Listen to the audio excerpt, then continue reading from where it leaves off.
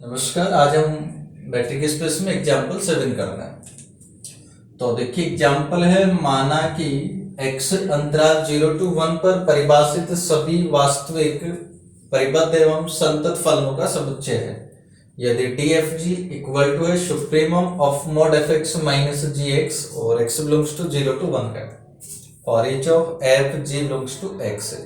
तो सिद्ध करिए कि dx में एक दूरिक है, ऐसा हमें सिद्ध करना। देखिए अब डी को दूरी करना है तो पहला विपरीत है कि डी एफ जी ग्रेटर इक्वल 0 आना चाहिए। तो देखिएगा आप लोग जानते हैं कि जो मॉड होता है हमेशा पॉजिटिव होता है, तो इसका जो अधिकतम मान है वो भी पॉजिटिव होगा, यानी कि डी एफ जी पॉजिटिव का मतलब ग्रेटर इक्वल 0। तो डी एफ जी ग्रेटर इक्वल 0, ठीक है ना, बस इसमें सीधा लिख देना। अब सेकंड अभिव्यक्ति को देखते हैं हम लोग। सेकंड में आपको करना होता है कि D F G equal to 0 यदि और केवल यदि f इक्वल टू जी। तो यानी इसमें दो कंडीशन करनी है अपने को। पहला तो D F G equal to 0 लेकर के हम सिद्ध करेंगे कि f इक्वल टू जी है। तो देखिए डी एफ जी जैसे ही 0 होगा तो डी एफ जी का मतलब supremum of mod F x minus gx such that x belongs to 0 to 1 equal to 0। तो जब supremum of mod F X minus G X 0 है, सुप्रीमम का मतलब mod F X minus G X का अधिकतम मान 0 है। तो अधिकतम मान 0 होने का मतलब क्या होगा कि जो mod F X minus G x, अधिकतम का मतलब हम लिखते हैं लेस देन इक्वल देन 0 और mod F X minus G X less than equal than 0। तो देखिए लेस देन, हम जानते हैं कि जो मॉड होता है लेस देन 0 कभी हो नहीं सकता, नेगेटिव नहीं होता है मॉड कभी। इसका मतलब जो मॉड है वो बराबर 0 होगा। तो यहां से अपने पास में आ गया mod F X minus G X equal to 0 for each of X belongs to 0 to 1 और mod F X minus G X बराबर 0 होने का मतलब F X minus G X बराबर 0। तो हम कर देंगे F X minus G X equal to 0 for each of X belongs to 0 to 1 और F X minus G X बराबर 0 होने का मतलब F X equal to G X. F X equal to G X for each of x belongs to 0 to 1 और fx बराबर gx का मतलब x के प्रत्येक मान के लिए अगर fx बराबर gx है तो हम कहते हैं f इक्वल टू g। तो हमने कर दिया कि जब dfg इक्वल टू 0 है तो f इक्वल टू g होगा। अब एक बार हम लोग क्या कर लेंगे, माना कि f इक्वल टू g है। अब f इक्वल टू g है तो हम सिद्ध करेंगे कि dfg इक्वल टू 0 होगा। तो देखिए f इक्वल टू जी का मतलब ये होता है कि एफ एक्स बराबर होगा जी एक्स के for each of X belongs to 0 to 1 और जब x के प्रत्येक मान के लिए F X equal to G X है तो F X equal to G X का मतलब हम जानते हैं कि F X minus G X equal to 0 for each of X belongs to 0 to 1। अब देखो x के प्रत्येक मान के लिए जब F X minus G X 0 है तो F X minus G X 0 है तो mod F X minus G X भी क्या होगा, ये भी 0 होगा for each of x belongs to 0 to 1। और देखिए x के प्रत्येक मान के लिए mod F X minus G X 0 है तो x के प्रत्येक मान के लिए जब mod F X minus G X 0 है तो mod F X minus G X का अधिकतम मान भी 0 ही होगा ना।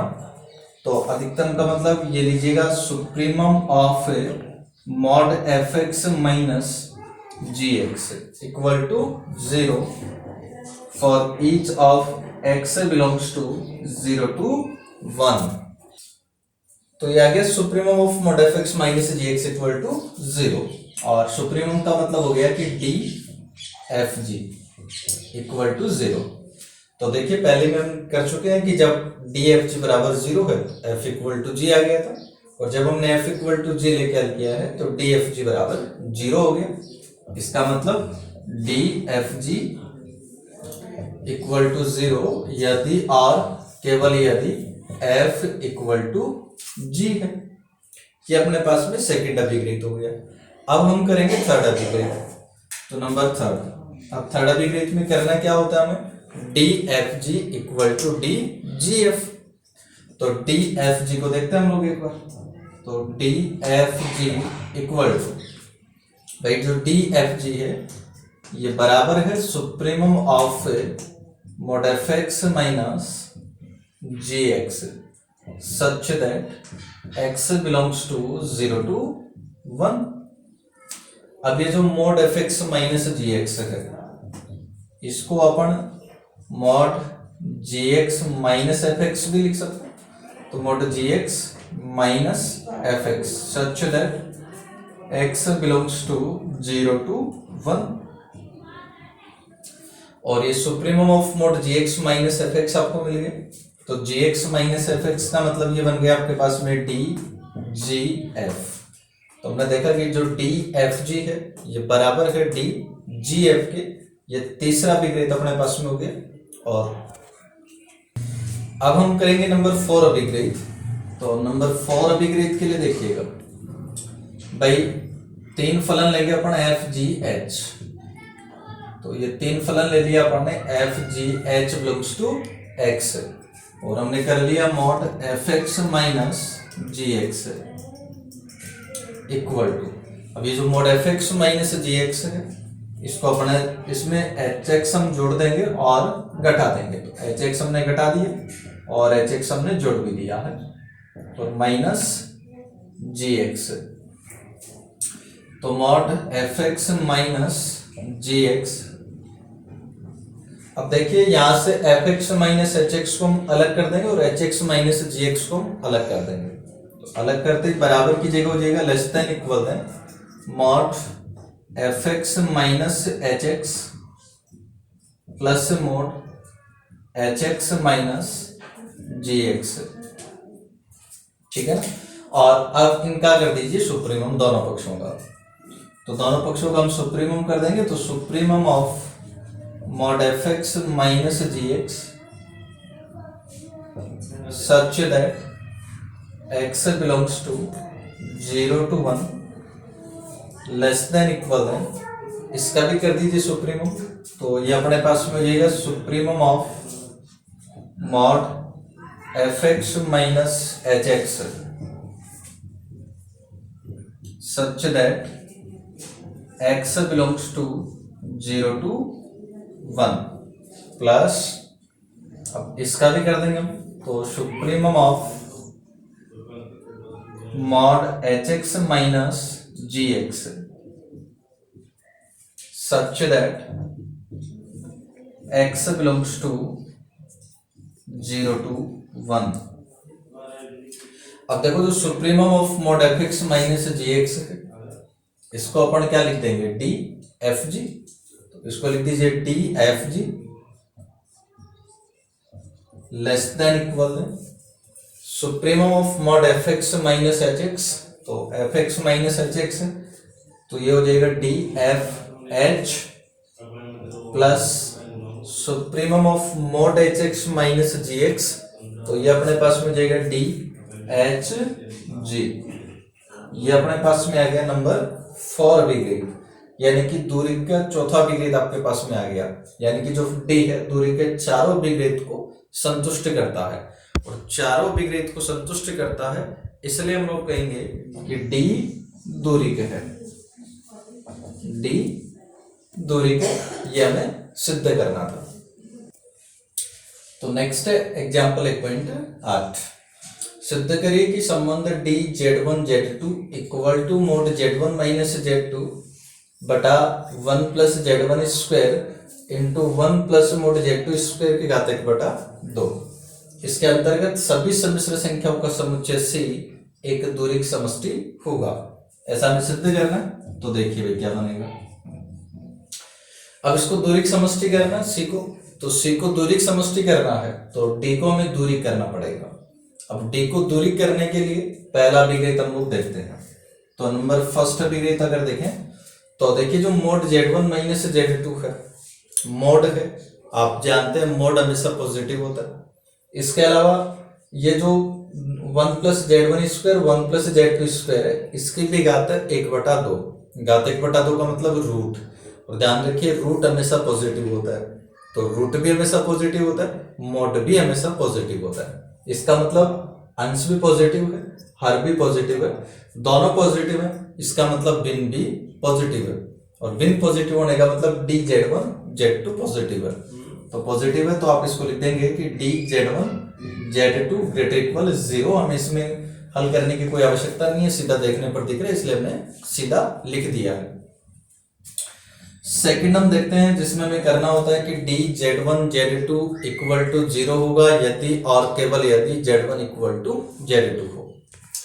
तो dz1 z2 इक्वल टू 0 यदि और केवल यदि, तो dz1 z2 को लिखेंगे हम लोग, तो ये अपने पास में देगा मोड z1 माइनस z2 बटा 1 plus mod z1² into 1 plus mod z2² घात 1/2 इक्वल टू 0।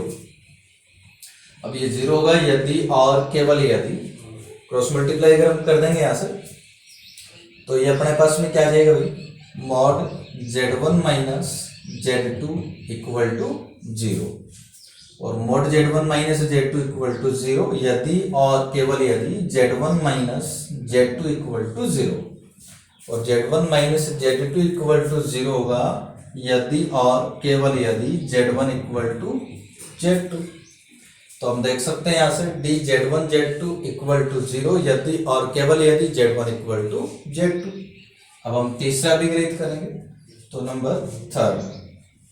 अब जो तीसरा अभिग्रहित है dz1 z2 बराबर, इसमें देखो dz1 z2 को बराबर करना है dz2 z1 के, तो dz1 z2 को लिखिए मॉड z1 माइनस z2 बटा 1 plus mod z1² into 1 plus mod z2² और घात 1/2 इक्वल टू। अब देखो जो मोड z1 माइनस z2 है, इसको हम मोड z2 माइनस z1 भी लिख सकते हैं, तो इसको हमने लिख दिया है मोड z2 माइनस z1 और बटा, अब इसको लिखे अगर तो 1 प्लस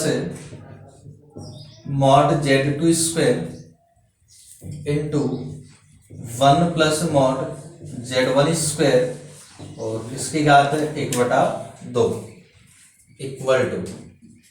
अब देखिएगा इसको अगर देखें, इससे तुलना करें, तो ये आपके पास में बन गया dz2 z1, तो ये लीजिएगा बन गया dz2 z1, तो बन गया dz1 z2 बराबर हो गया dz2 z1 के। ये आ गया अपने पास में अभिग्रहित नंबर 3। तो अब हम करेंगे नेक्स्ट अभिग्रहित नंबर 4। अभिग्रहित नंबर 4 के लिए हम 3 सम्मिश्र संख्या ले लेते हैं, z1 z2 z3 belongs to C। अब देखिए एक सर्वसमीका हम लिखेंगे यहाँ पर, और उस सर्वसमीका को आपको याद रखना पड़ेगा। तो हम जानते हैं कि z1 minus z3 into 1 plus z2 bar equal to z1 minus z2 into 1 plus z2 bar z3 plus z2 minus z3 into 1 plus z1 z2 bar. ये एक सर्वसमीका है सम्मिश्र संख्याओं में। अगर 3 सम्मिश्र संख्या हैं z1 z2 z3, तो ये सर्वसमीका यहाँ हमें याद रखनी है। अब सर्वसमीका लिख दी, तो अब इसको आगे हल करेंगे अपन। आगे क्या करेंगे देखिए, मैं यहाँ मोड की आवश्यकता है, तो इसके दोनों पक्षों का मापांक कर लेंगे हम लोग। तो दोनों पक्षों का मापांक हम लोग कर रहे हैं एक बार, तो mod z1 minus z3 into 1 plus z2 bar equal to mod z1 minus z2 into 1 plus z2 bar z3 plus z2 minus z3 into 1 plus z1 z2 bar. अब देखिएगा यहाँ मापांक के गुणधर्म का हम प्रयोग करेंगे, और मापांक का गुणधर्म हम जानते हैं कि मॉड z1 डॉट z2 बराबर हुआ करता है mod z1 into mod z2 के। तो ये वाला प्रॉपर्टी जब यहाँ यूज करेंगे तो उसको आप ऐसा लिख सकते हैं mod z1 minus z3 into mod 1 plus z2 bar equal to, इधर भी देखिए सर्वसमी का यूज करेंगे हम लोग एक बार, ये वाला mod z1 plus z2 less than equal than होता है mod z1 plus mod z2 के। तो यहाँ पर देखिएगा ये वाली जो सम्मिश्र संख्या इसको पूरे को z1 मान लीजिएगा, और ये जो पूरी सम्मिश्र संख्या इसको z2 मान लीजिएगा। तो ये बन गया मोड z1 प्लस z2। तो इसको लिखेंगे लेस देन इक्वल देन, इसलिए बराबर की जगह में आप प्रयोग करेंगे लेस देन इक्वल देन।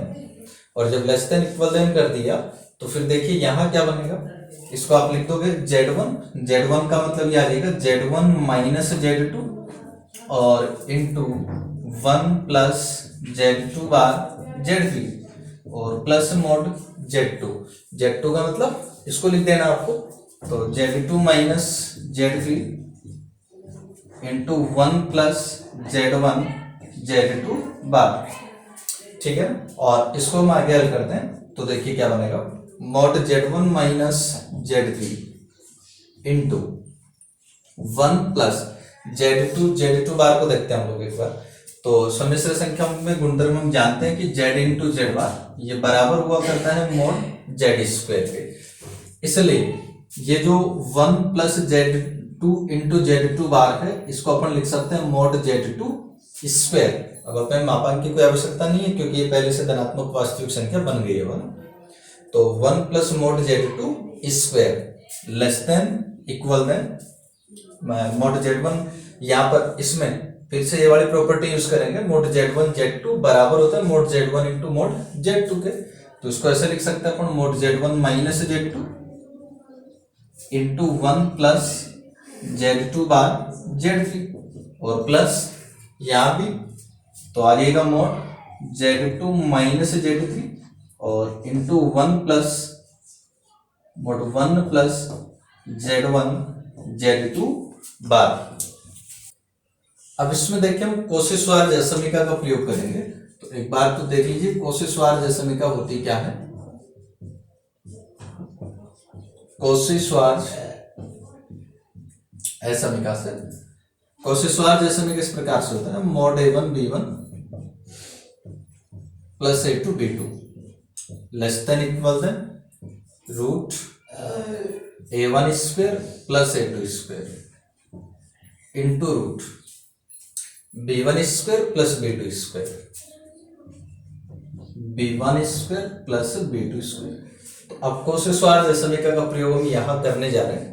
यहाँ किस प्रकार से प्रयोग करेंगे देखिए, एक बार तो इसके लिए 1 प्लस z2 बार z3 में, तो देखिए 1 प्लस z2 बार z3, यहाँ हम कोशी-श्वार्ज समीकरण का प्रयोग करने जा रहे हैं। किस प्रकार से करेंगे ध्यान देना। ये जो 1 है इसको तो 1.1 लिख ही सकते हैं अपन। अब इसको अगर हम ऐसा लिख सकते हैं तो देखिए ये हो जाएगा less than equal than root का मतलब घात 1/2 हम लोग कर देंगे a1 स्क्वायर। तो a1 का मतलब यहाँ देखिएगा तुलना करिएगा 1 आ जाएगा, तो 1 का स्क्वायर तो 1 ही आ जाएगा और प्लस a2 स्क्वायर का मतलब z2 हो गया। तो ये आप लिख देंगे मोड z2 स्क्वायर। अब देखो z2 का जो स्क्वायर है इसको अपन z2 बार भी लिख सकते हैं, तो z2 बार लिख सकते हैं। अब मोड z2 बार स्क्वायर हो गया, ठीक है, और रूट का मतलब लगा दिया अपन ने घात 1/2। इसी प्रकार से root b1 square plus b2 square, तो ये लीजिएगा इसको अपन लिख देंगे ऐसा। सबसे पहले b1 का मतलब 1 हो जाएगा और प्लस b2 का मतलब अपने पास में हो जाएगा z3, तो ये हो जाएगा मॉड z3 स्क्वायर और इसकी भी घात हो जाएगी 1/2। तो ये हो जाएगा 1 प्लस z2 बार z3 less than equal than 1 plus, अब देखो z2 बार जो है हम जानते हैं सम्मिश्र संख्याओं में मोड z बराबर हुआ करता है मोड z बार के। इसलिए जो मोड Z2 बार है इसको अपन मोड Z2 लिख सकते हैं, तो इसको Z2 लिख दीजिए, तो मोड Z2 स्क्वायर घात 1/2 और into 1 plus mode Z3 square और इसकी घात आ जाएगी 1/2। ये तो अपन ने लिखा है 1 प्लस Z2 बार Z3 को, और बिल्कुल ठीक इसी प्रकार से इसमें भी अपन लगा देंगे। तो इसमें जब लगाएंगे तो आ जाएगा 1 plus Z1 Z2 bar less than equal than 1 plus mod Z1 square की घात 1/2 into 1 plus mod Z2 bar square, mod Z2 square लिख सकते हैं फिर Z2 बार को घात 1/2। अब इनसे दोनों का जो मान है वो यहाँ पर इस एसएमई का नंबर 1 में पुट कर देंगे। तो ये जो मान है एसएमई का 1 में रख दीजिएगा। एसएमई का 1 में लिखेंगे तो देखिए क्या बनेगा। सबसे पहले आ गया mod Z1 minus Z3 into 1 plus mod Z2 square less than equal than mod Z1 minus Z2, और फिर ये जो 1 प्लस Z2 बार Z3 है इसको हमने लिख दिया 1 plus less than equal than से लिखेंगे तो लेस देन इक्वल देन आपके पास में पहले से 1 प्लस मॉड Z2 स्क्वायर घात 1/2 और into 1 plus Z3 square 1 plus mode Z3 square घात 1/2 प्लस अब जो दूसरा है मोड Z2 माइनस Z3, तो मोड Z2 माइनस Z3, अब इसका वैल्यू पुट करेंगे अपन यहाँ से, तो देखिए लेस देन इक्वल देन पहले से ही है अपने पास में, और यह जाएगा 1 plus mod Z1 square 1 plus mod Z1 square घात 1/2 और into 1 plus mod Z2 square घात 1/2, 1 प्लस मोड Z2 स्क्वायर घात 1/2। ये अपने पास में इस एसएमई का भी वैल्यू पुट करने पर बन गया। लेकिन हमें जो बनाना है वो तो इस प्रकार से बनाना है, मोड Z1 माइनस Z2 इस टाइप में हमें बनाना है। तो ऐसा बनाने के लिए अपन क्या करेंगे, एसएमई का के दोनों पक्षों में एसएमई का के दोनों पक्षों में देखो, एक तो अपने को क्या करना है, यहां से इसको हटाना है mode Z1 plus Z2 square को dZ1 Z3 बनाने के लिए, क्योंकि ऊपर केवल मोड Z1 माइनस Z3 चाहिए अपने को, तो इसको हटाना है एक तो अपने को यहाँ से। तो एक तो इसका भाग देंगे, इसके अलावा बटा में आपको चाहिएगा 1 plus Z1 square 1 plus Z3 square की घात 1/2, तो हम भाग दे देंगे 1 प्लस मोड Z1 स्क्वायर की घात 1/2 1 प्लस मोड Z2 स्क्वायर और 1 plus mode Z3 square mode Z3 square की घात 1/2 का भाग देने पर इनका भाग हम लोग करेंगे। तो देखिए करते हैं भाग, क्या बनता है। तो सबसे पहले आएगा मोड Z1 माइनस Z3 और बटा, अब यहां से देखो ये कैंसिल हो चुका है, तो ये बचा आपके पास में 1 प्लस मॉड Z1 स्क्वायर की घात 1/2 और इंटू 1 प्लस है अपने पास में, ये तो देखो कैंसिल हो जाएगा इधर से, ये बचेगा 1 प्लस मॉड Z3 स्क्वायर की घात 1/2 लेस देन इक्वल देन, इधर से हम देखते हुए क्या बनता है मोड Z1 माइनस Z2, तो मोड Z1 माइनस Z2 और बटा, इसमें अपन जैसे ही भाग देंगे एक तो ये आ जाएगा अपने पास 1 प्लस मॉड Z1 स्क्वायर की घात 1/2।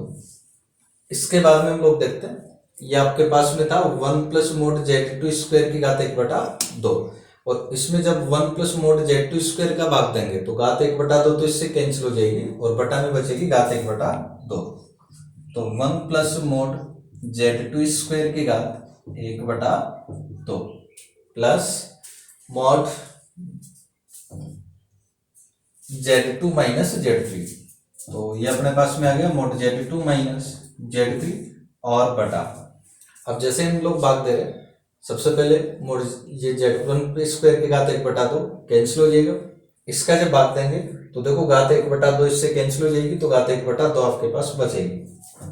तो ये बचा 1 प्लस मॉड z2 स्क्वायर की घात 1/2। और एक तीसरा इसका भी जब आपने भाग दिया तो ये भी अपने पास में यहाँ बचेगा 1 प्लस मॉड z3 स्क्वायर की घात 1/2। अब अगर हम इनको देखें, इससे कंपैरिजन अगर करें तो ये अपने पास में बन गया dz1 z3, तो ये अपने पास में आ गया dz1 z3 less than equal then, इसी प्रकार से ये आपके पास में आ गया dz1 z2, तो dz1 z2 और प्लस d, ये अपने पास में हो गया dz2 z3, तो ये आ गया dz2 z3। ये अपने पास में बन गया दूरी का चौथा विग्रहित, यानी कि जो d है दूरी के चारों विग्रहित संतुष्ट करता है। d दूरी के चारों विग्रहित संतुष्ट करता है, इसलिए हम कहेंगे कि d दूरी है जो कि c पर परिभाषित है, इसलिए हम कहेंगे कि c एक दूरी समष्टि है।